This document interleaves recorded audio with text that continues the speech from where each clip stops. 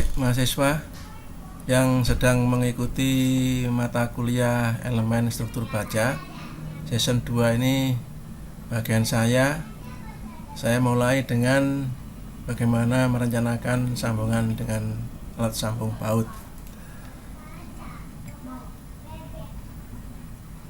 Ini part 1 karena saya mungkin akan membatasi setiap kali penampilan ini, video ini tidak lebih dari 15 menit. Yang pertama, kita harus tahu tentang baut ya. Satu, baut ini contohnya baut. Di sini adalah paku keling. Paku keling tidak ada ulir, jadi dia tidak bisa dilepas.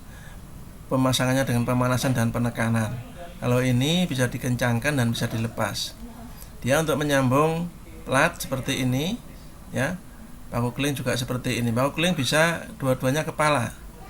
Ini kebetulan yang contohnya adalah satunya masuk, satunya kepala.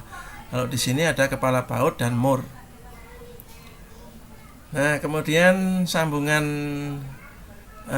plat baut itu ada dengan baut ya, ada dua macam. Di sini ada sambungan lap, yaitu antara plat satu dan plat lain dia tidak sentris, sehingga P yang sebelah sini dengan P yang sebelah lawannya ini tidak satu garis, sehingga dia mempunyai eksentrisitas di sini, akan menimbulkan momen sekunder. Beda halnya dengan yang model boot. Nah, di sini ada P aksi, P reaksi di sini, itu resultannya akan satu garis, sehingga tidak akan terjadi momen sekundernya, akan lebih baik. Untuk merencanakan baut tentunya kita harus tahu tentang pola kerusakannya. Kerusakan ini, baut ini bisa terjadi di bautnya sendiri, yaitu dia patah begini karena geser. Kemudian dia bisa putus di platnya yang disambung karena ada lubang-lubang tadi.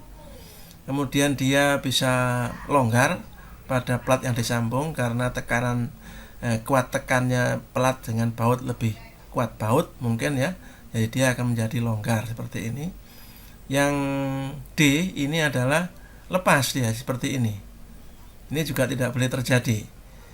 Kemudian yang kelima itu dia patah seperti yang A, cuman di sini ada dua patahan.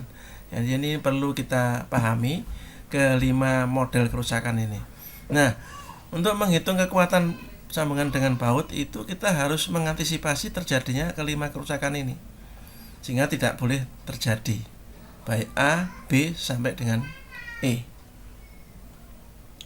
Kemudian tentang tata letak baut ya. Jadi kita juga mengacu pada aturan. Di sini ada tata letak bautnya ya, jarak S antar baut ini tidak boleh, ini ada syaratnya ya. Jarak baut S ini tidak boleh harus berkisar antara 3 diameter sampai dengan 15 tebal plat. Jadi ini mana yang ini harus terpenuhi.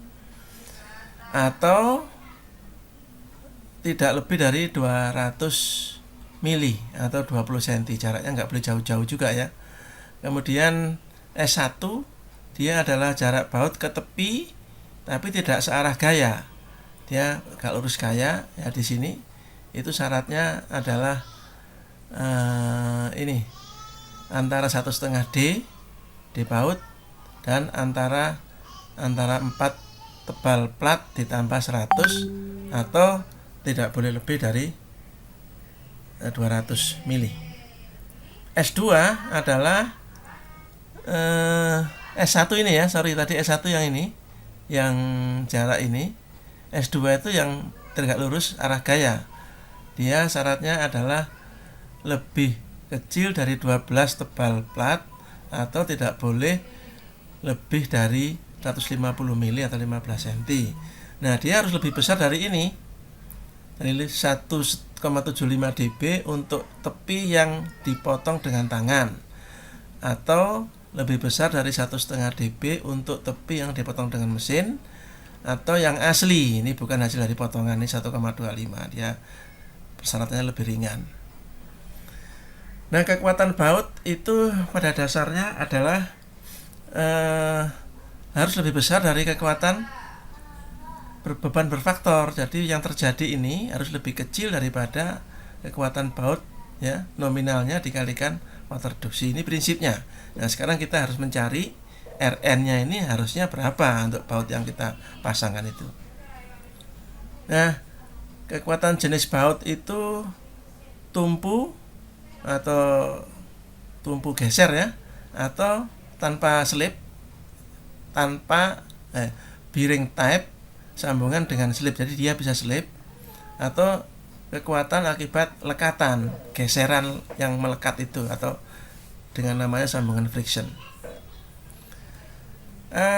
Kekuatan memikul baut ya, kekuatan baut memikul geser, itu menurut SNI 2002 itu besarnya seperti ini rumusnya ya, dimana R ini angkanya 0,5, R1 ini bisa 0,4 apabila ada ulir.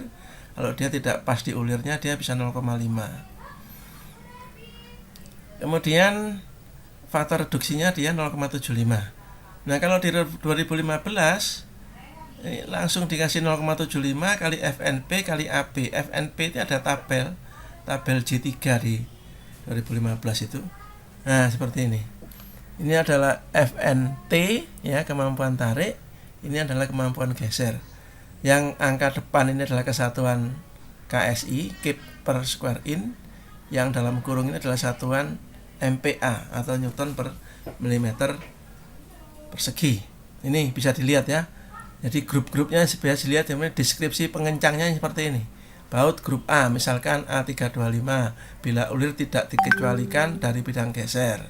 Bila tidak termasuk bidang geser dan segalanya ini dibaca. Jadi ini ada angkanya sendiri-sendiri. Kalau kita misalkan baut grup A, misalkan A325 bila ulir tidak termasuk dalam bidang geser, jadi ulirnya di luar sambungan itu, maka kita bisa menggunakan untuk FNV-nya adalah 68 KSI atau 457 MPa. Ini tabel ini ya, ini tabel di SNI 2015. Kemudian kekuatan tumpunya juga, kekuatan tumpu nominal baut dengan plat bila S1 itu diantara lebih besar dari 1,5 dB dan S lebih besar dari 3 dB ya, serta ada lebih dari satu baut pada arah kerja beban. Kemudian ini adalah Rn-nya ya, kemampuannya dia adalah 2,4 dB TP kali F ultimate. Ya, ini dalam memikul baut memikul geser. Jadi sama, ini adalah kemampuan harus yang terjadi ini harus paling tidak harus lebih kecil daripada rho Rn-nya ini ya. Ini adalah faktor nominal, ini kuat rencananya harus ini. Nah, ini kalau di 2015 dia juga dibagi-bagi kekuatannya ini. Kalau misalkan lubangnya ini pada beban layan adalah suatu perhitungan desainnya seperti ini. Kalau dia deformasi lubang baut pada beban layan adalah bukan suatu perhitungan desain, jadi tidak dianggap sebagai perhitungan, dia harus mengikuti ini. Dan ini adalah dengan syarat yang lain. Untuk suatu baut dalam suatu sambungan dengan lubang-lubang slot panjang ini, yang ini. Ini adalah keterangannya. Fu kekuatan tarik, D diameter, LC adalah jarak bersih ya dalam arah dari gaya. T adalah ketebalan dari material yang disambung. Ini adalah bisa dibaca di SNI ya, SNI yang 2015. Kemudian kekuatan tarik baut, nanti kita lihat contohnya ya di video-video berikutnya. Itu adalah Tn sama dengan 0,75, ini faktor reduksinya ya. Kemudian FUB ini adalah kekuatan ultimate ya, kekuatan tarik putus ya. Itu adalah menurut SNI 2002 itu ini ya. 2015 menyatakan ya sebenarnya sama saja ya. Ini juga 0,75, cuma FNT ini bisa dilihat di tabel. Jadi kita lebih gampang. Jadi FNT ini bisa dilihat di tabel ini. Nah, ini FNT-nya di sebelah sini ya. Kalau misalnya kita menggunakan baut bila ulir tidak dikecualikan, ya termasuk ulir dihitung juga, maka kita harus menggunakan kekuatan ini 90 KSI atau 620 MPa. Ya ini ya, jadi ini merupakan perhitungan baut. Ini kita harus menghitung geser, nanti menghitung tarik gitu ya. Terus kemudian nanti kita lihat video berikutnya, karena ini sudah 10 menit lebih ya, kita putus sampai di sini. Kita lanjutkan pada video berikutnya ya. Jangan lupa di subscribe. Terima kasih.